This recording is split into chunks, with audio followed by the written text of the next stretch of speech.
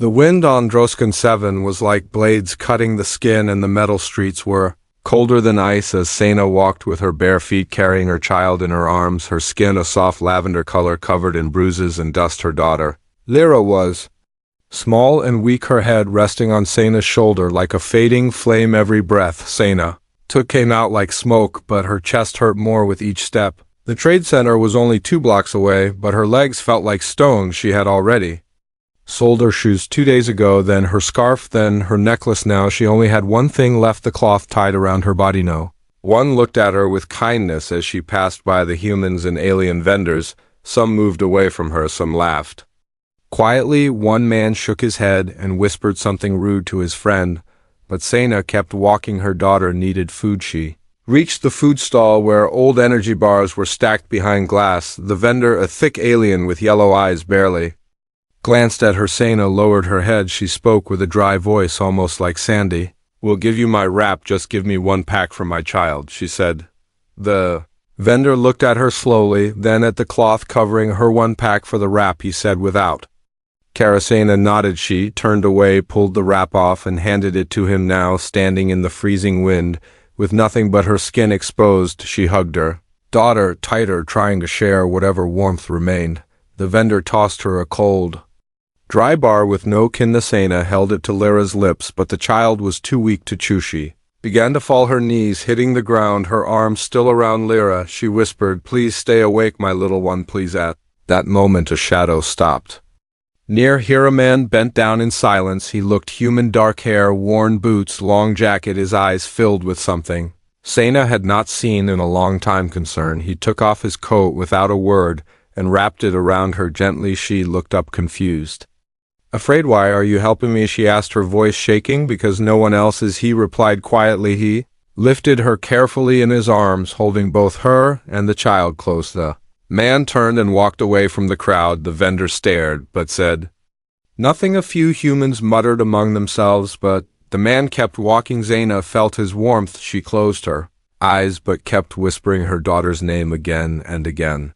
As they moved through the frozen street, they passed through the back roads, where broken signs hung and lights flickered. The man's small home stood between 2 junk buildings with smoke rising from the chimney inside. It was warm, though old tools and wires covered the walls and shelves. He placed them both on a worn-out couch near a heater, then rushed to bring a blanket from the room. He covered them both and gave a drink to Sena, who still trembled from the cold. Child coughed weakly. "Is she sick?" he asked. "Just hungry. She has not eaten properly in days," Sena replied. Looking down at her daughter, he nodded and opened a small box from the corner. It had a few food items, not much, but enough to share. He gave Lyra warm soup spoon by spoon. The child began to blink again, and her fingers moved. "You saved us," Sena said, tears forming in her eyes. "I'm Marcus," the man said as he sat down near them. "I fix machines for the colony that is Alzena." Looked at him with confusion. "Why would a human care about an alien woman like me? I am nothing. I am worth nothing. You are Mother," Marcus said, "and that means you are worth everything." She looked away, her lips shaking, not from cold, but from emotion. He gave her another blanket and said, "You can rest here for now. Both of you, you are safe." Sena held Lyra close again and let the warmth sink into her skin. For the first time in days, she did not feel pain. She felt something else, hope. But outside the window down the street, a figure stood watching with dark eyes glowing faint green through the fog. The figure whispered into a device, "Target taken in human custody, sending order to reclaim," and then vanished into the shadows as Marcus poured more soup and Sena finally fell asleep beside her child. Morning came with a soft orange sky on Droskin 7 and light touched the broken windows of Marcus's small home. Inside, the scent of boiled grain water filled the air. Sena opened her eyes slowly, unsure of where she was, her body warm, her child breathing against her chest, the blanket soft on her skin like something from another world. She looked around the room, wires hanging from the ceiling, parts of machines on shelves, and a heater glowing in the corner. She could hear the soft buzz of an old fan and the sound of tools clinking in another room. Lyra stirred in her arms, whispering something in her sleep. Sena kissed her forehead softly and stood up, her legs shaking as she walked to the door where the sound came from. Marcus sat on the floor working on a broken drone, his hands covered in black dust. His eyes focused as if this task was more important than the world around him. Sena stood quietly, then said, "Thank you." He looked up, nodded, and pushed a small bowl toward her. It had warm food, not much, but enough to make her stomach ache from hunger. "Eat before it gets cold," he said, and handed her a spoon. She sat beside him slowly, her eyes still unsure, her voice low. "I am Sena, daughter of Arshal, once from the house of Rilan, once from the High Moons, now nothing but ash." Marcus looked at her with no judgment, only quiet eyes that waited. If she wanted to say more, they burned everything she said. "My house, my people, my name, because I refuse to give my daughter to the collectors. They take the strong ones, they use them, they call it duty, I call it death." She looked down, her hand shaking as she took a spoonful. Marcus said nothing, just handed her a cup of clean water, and returned to his drone. "They will come for us," Sana said softly. "They always do. I ran from the core worlds, hit on the edge.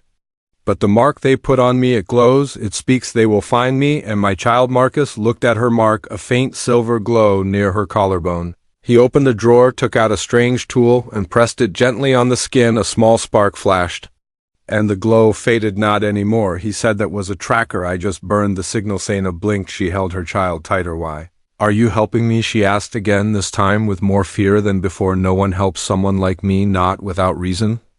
"I remember what it means to be human," Marcus said, "and because when I look at your child, I see what the world forgot to protect." Sena looked away, hiding her tears with her long hair. The room grew quiet, only the sound of Lara breathing and the faint click of Marcus's tool as he fixed another part. Then came a knock, not loud, but sharp and slow 3 times.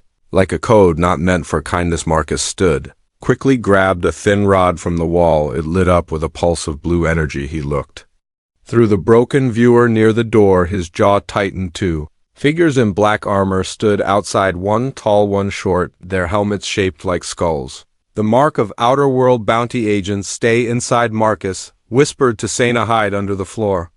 Hatch, take the child and stay silent." She obeyed quickly, pulled the rug, opened the hatch, and climbed down the small crawl space just big enough for her and Lyra. Marcus opened the door slowly, his voice calm. "Morning," the tall bounty hunter spoke. "Your house is being searched. Reports say you are harboring a marked fugitive. I fix machines, not people," Marcus replied. "We will check anyway," the hunter said, and stepped inside. Marcus did not stop them. He stood still, eyes watching every move. The shorter one scanned the room using a glowing device. It beeped once near the wall, then went silent. "False alarm," the short one said. "Nothing here." The taller one looked at Marcus again, his voice cold. "If you see anything, if you help her again, you will be punished under sector law." "I understand," Marcus said. They walked out slowly, boots heavy on the metal floor, and vanished into the mist. Sena came out shaking, still holding Lyra, her eyes wide with fear. Marcus closed the door, locked it, and placed a steel bar across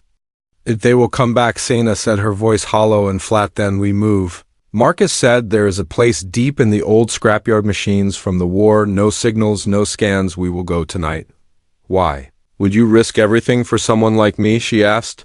"Again, because you still believe your child matters, and because maybe I want to believe in something again too," Marcus said, and handed her a small metal chip. "What is this?" she asked. "My last transport code," he said. "We leave at Moonfall. Pack only what matters and be ready to run." Zena held the chip close, her fingers shaking, but her heart now beating with something she thought was lost, the will to keep moving forward. The sky over Droskin 7 turned black as moonfall approached. The streets filled with fog and the scent of burnt oil as old lamps flickered and strange lights blinked across the rooftops. Marcus stood by the broken window, wrapping wires around a small bundle the size of a hand, his movements quick and silent, his eyes fixed on the shadows outside. Zena watched him while holding Lara close, both wrapped in thick blankets taken from Marcus's old supplies. The warmth kept them alive, but the fear never left her eyes. She had seen what bounty hunters do to fugitives,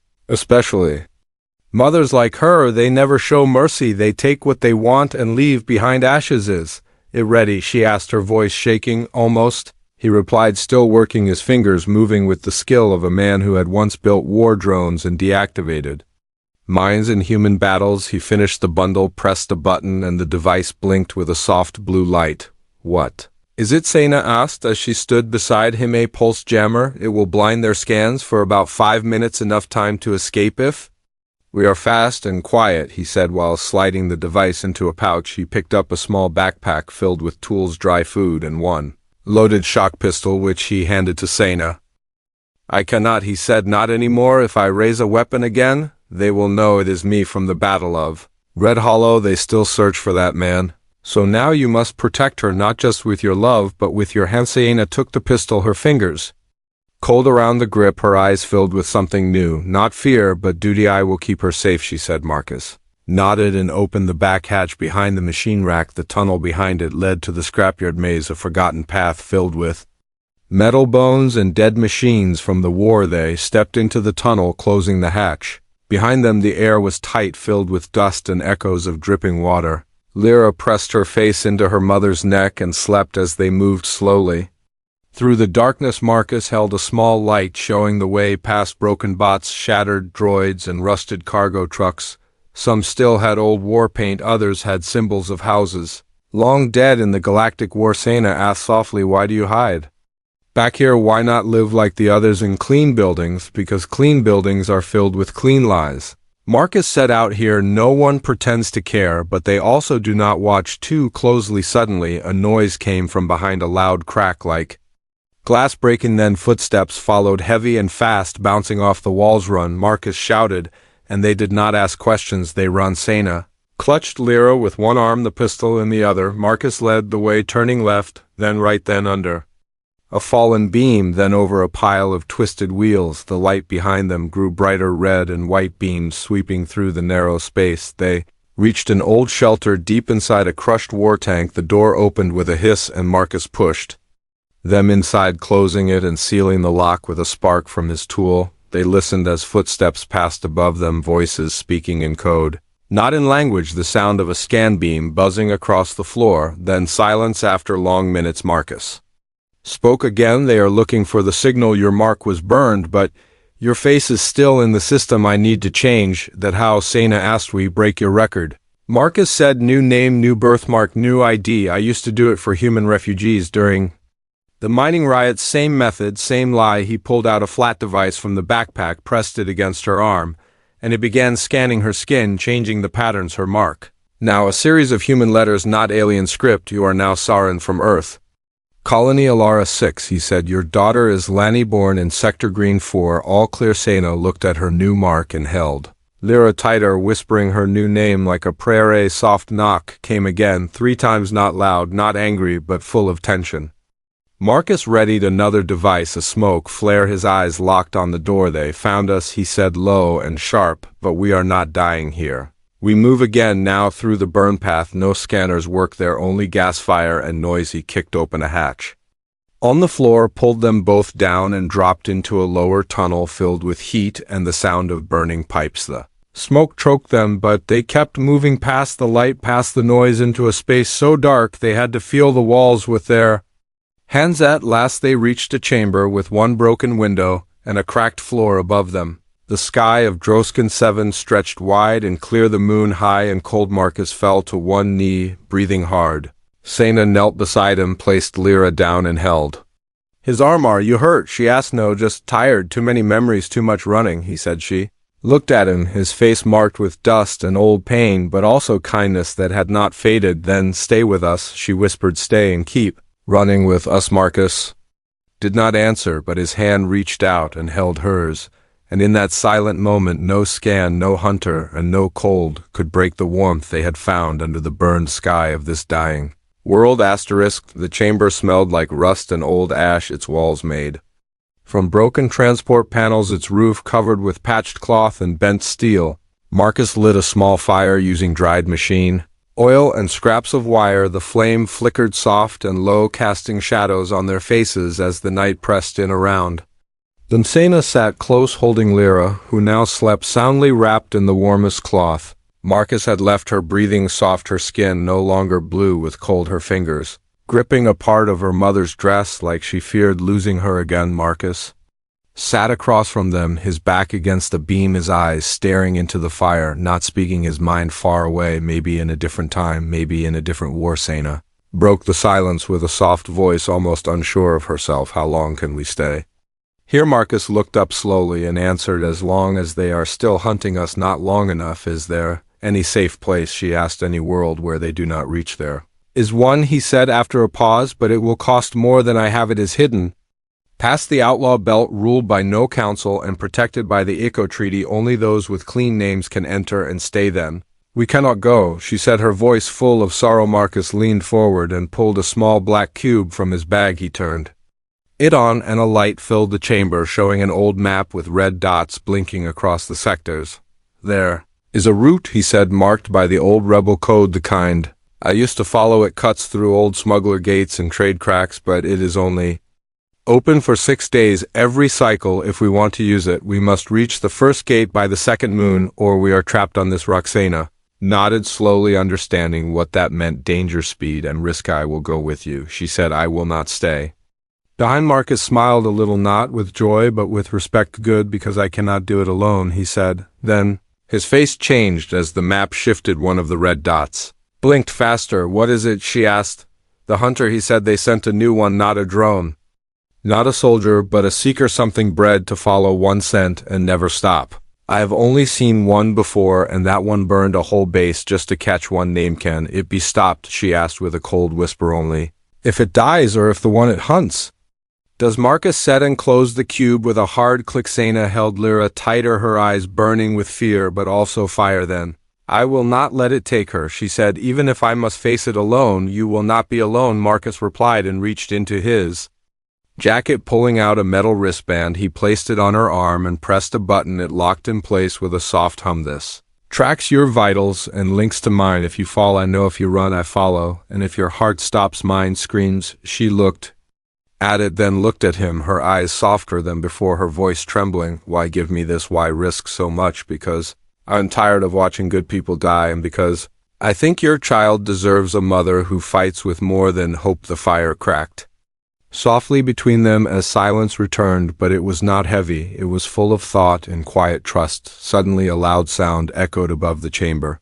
a sharp roar like engines breaking through the sky. They both stood alert. Marcus grabbed his shock stick and Sana held the pistol close. Stay low, he whispered, and crawled to the edge of the wall, peering through a broken pipe. Outside, black ships floated over the scrapyard, lights flashing, beams cutting through the fog. Voices shouted in code. Soldiers moved across rooftops like shadows with guns and scanners ready. They are searching, he said, but not for us yet. They are tracking a different path, maybe a false lead, or maybe a mistake. Either way, we must move now while the chaos hides our trail. Where will we go, she asked as she packed the food and wrapped Lyra carefully too. The gate, he said, to the first crack before they close it, and we lose our chance forever. They move fast through the tunnel again, this time with purpose and fire in their steps. They crawled through old ducks, crossed over sleeping bots, and climbed into the husk of an old land carrier where a hidden tunnel waited behind its shattered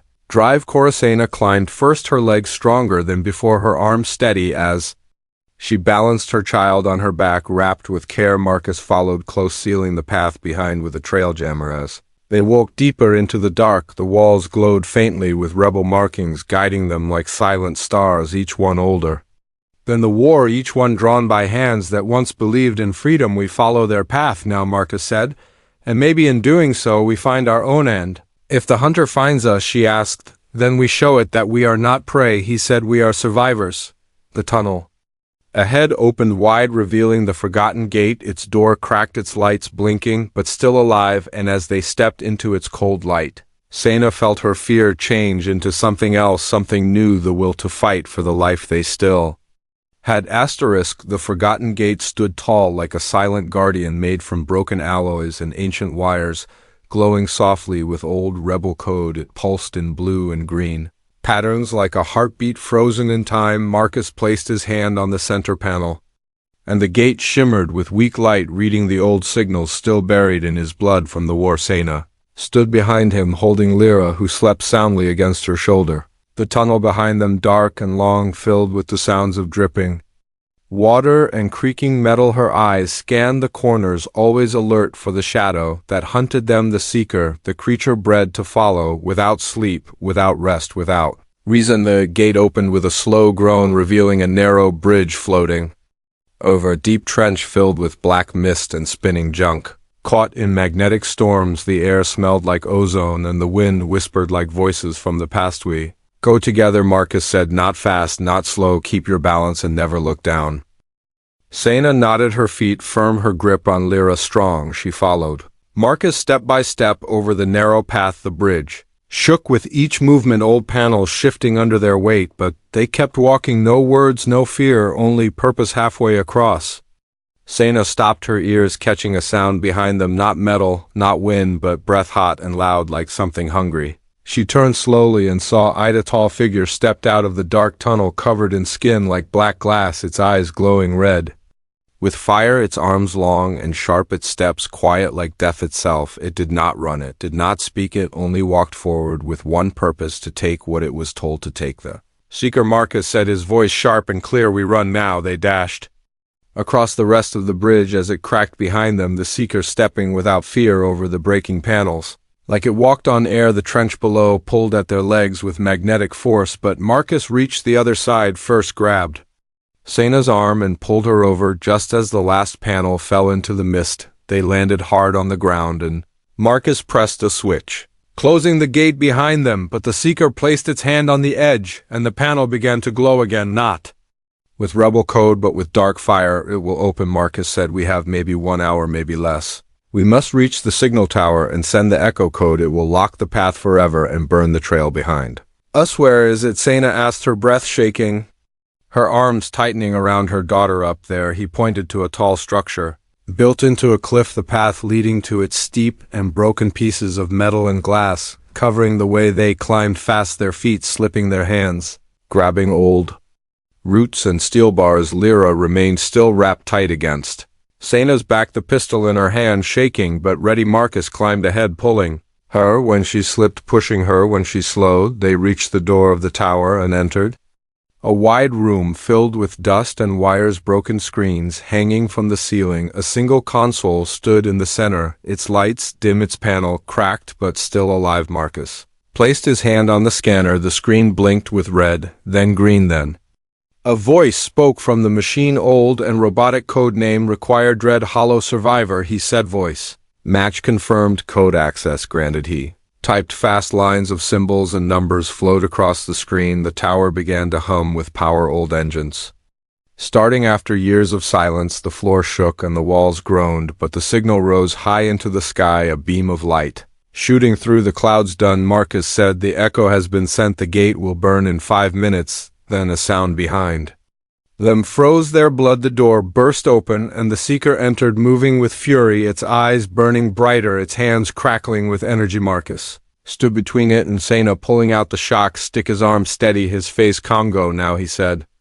Run down the emergency slide. It leads to the canyon. Take Lyra and do not look back. I will not leave you, Sena said, her voice full of fire. You must, he said. If you stay, we all die. I bought you time. Do not waste it. Sena held his gaze, then nodded once, turned and ran to the back of the tower, found the slide, a long metal tunnel tilted down. She climbed in, holding Lyra tight, and let the fall begin. Her heart screaming, her eyes full of tears behind her. The tower shook again. A flash of blue light filled the sky, and the sound of thunder roared through the mountains. When she reached the bottom, she rolled onto soft sand and looked back. The tower stood burning, the gate behind it now gone, the path closed, the trail erased, but Marcus was gone. And Sena knew the price of safety was never free. The canyon stretched wide before her, filled with bones of machines and ships fallen from the old skies, their rusted frames buried deep in dust and silence. Sena stood at the edge, her arms holding Lyra tight, the child still asleep, her breath slow, her body warm under layers of cloth. The wind carried ash and whispers of war across the broken land. The tower behind her still burned, its flames rising into the air like a signal of loss and sacrifice. She stared at it for a long time, hoping to see Marcus walk through the fire, hoping to see his shadow rise again, but no figure came, no sound followed, only the echo of thunder from far away. Her legs moved on their own, taking her into the canyon, past wreckage of old drones and half-buried banners of forgotten houses, the ground soft with soot and oil, the light above dim from clouds and smoke. Her heart heavy, but her eyes sharp. She knew she had to move, knew she had to survive, not just for but for the child in her arms, the child who once cried in the cold and now slept under her shield, her warmth, her love. She followed the rebel path etched into the stones, small marks, only visible to those who knew where to look. They led through narrow cracks between walls of metal, over fallen bridges and under collapsed turrets. Each step away from the fire, each step toward something unknown. Hours passed, or maybe only minutes. Time meant little in a place where machines slept forever, and birds never sang. Her feet ached, her arms numb from holding her daughter, but she walked without rest, her eyes scanning for danger, her heart calling for hope. Then she saw the smoke, not from the tower, but ahead of her, rising in slow curls from a black tent built between two engines long dead. The fire outside small and controlled the smell of food, light and warm. She moved closer, slowly, careful not to make sound, her hand near the pistol, her breath held tight in her chest. A voice spoke from the shadows, low and calm like stone rubbing against stone. You should not walk this canyon without a guide. Zaina stopped, her body frozen, her eyes searching for the source. The voice came again. I see the fire in your eyes and the pain on your skin. I see the child you protect and the dust you carry. Tell me why you run, and maybe I will let you rest. A figure stepped out of the tent, covered in cloth and armor. Not human, not alien, but something in between, metal plates over skin, eyes covered with dark glass, a long rifle hanging from the shoulder, but not raised. Zaina spoke slowly, her voice clear. I carry a child hunted for her blood. I seek no fight, only peace. I lost the one who gave us hope. I ask only for water and one safe night. The figure looked at her for a long time, then pointed to the fire with a gloved hand. Sit, eat, drink. But if you lie, I will know, and if you harm, I will end you. Zaina stepped forward and sat near the fire, placed Lyra gently beside her, fed the child warm broth offered by the stranger, her hands shaking, her lips whispering thanks. The stranger watched in silence, then spoke again. Your name is not yours, your face is marked, your path reeks of heat and fire. I smell the seeker's scent on your clothes, and I know what you escaped. Zaina looked up, her eyes sharp. How do you know about the seeker backers? I hunted one before, the stranger said, and survived. Then you know what it takes to escape. As she said, her voice rising with hope. Yes, and I know what it costs. The stranger answered, his voice quiet again. She told him everything, not with fear, but with truth, her escape from the core. The trade of her last cloth, the human who helped her and gave all he had, and how he vanished in the flames so she and her child could keep walking. When she finished, the stranger nodded and added wood to the fire. You walk a path few would take. Your fire is not weak, your story not over. I will take you to the edge where the map ends and the sky begins. There a ship waits. Once every cycle it flies to the free moons where no hunter dares land. Why help me? She asked. Because the one you lost was known to me long ago, and because your child may carry more than blood, she may carry a future. Zaina looked down at Lyra, the child now awake, her eyes wide, her smile soft, her hands reaching for the firelight. Then let us go, she said, and the stranger nodded once more. At dawn they walked side by side into the mist of the canyon, toward the place where the stars once fell, and the fire still whispered the names of those who refused to give up. Asterisk. The stars faded as dawn painted the sky with soft orange and gray, lines stretching over the dead peaks of the old war mountains, the canyon behind them now quiet like a memory. Wrapped in smoke, Zaina walked beside the stranger, whose name she still did not know, his rifle slung across his back, his steps steady, his face always hidden behind glass and silence. Lyra clung to her mother's chest, her eyes watching the world. Without fear, without tears, her little hand holding a piece of cloth from Marcus's coat, the last piece of him that remained, the last touch of the man who gave them more than warmth, more than food. He gave them the chance to still walk this road. The stranger spoke few words as they climbed a narrow ridge that overlooked a valley of ice and shadow. Broken towers rose from the ground like fingers, reaching toward a sun that would never rise again. At the edge of the valley stood a silver ship, its frame covered in dust, its engine glowing with quiet power, its wings marked with rebel signs that still burned blue under the rising light. Your gate to freedom waits there, the stranger said. Only one pass is granted, only one name allowed. If you want to fly, you must become someone else, someone who does not exist in their record. Zaina looked at the ship, then down at Lyra, then back at the stranger, her voice calm and sure. Then erase me, make me new, make me the kind of name that means Something not to them, but to her the stranger, pulled out a small case, placed it on a rock, opened it to reveal a thin slate and a needle. Tool glowing green, he motioned for her to sit and held her arm steady as he began to draw, not just a name, but a new code, a new identity, lines across skin that meant safety, lines that spoke of rebirth. From now, you are called Rena, daughter of the storm survivor, of the burn bearer of the child flame, he said, and pressed a final seal into her skin. A soft hiss followed by light, then silence. Rena looked at the mark, not with fear, but pride. Her body no longer hidden her story, no longer borrowed. The stranger handed her a metal band, small and plain, with one blue light blinking on its side. This will open the ship. It holds your code, and her code. Once inside, no one can track you, not here, not from the core, not even from the Seeker's hive. She placed the band on her wrist and felt it pulse once like a heartbeat. Her eyes filled with tears, not of sorrow, but of release. You gave me more than safety, she said. You gave me a path. No, I only showed it. You walked it, he answered, and turned away. Will I see you again? She asked. If the stars are kind and the wind forgets our scent, maybe, he said, and vanished into the canyon like a ghost. She walked down the slope toward the ship, her feet steady, her hands firm on Lyra, her eyes locked on the silver door, waiting for her alone, for her story, for her flame. The panel lit up as she stepped near. The blue light scanned her mark, and the door opened with a soft chime.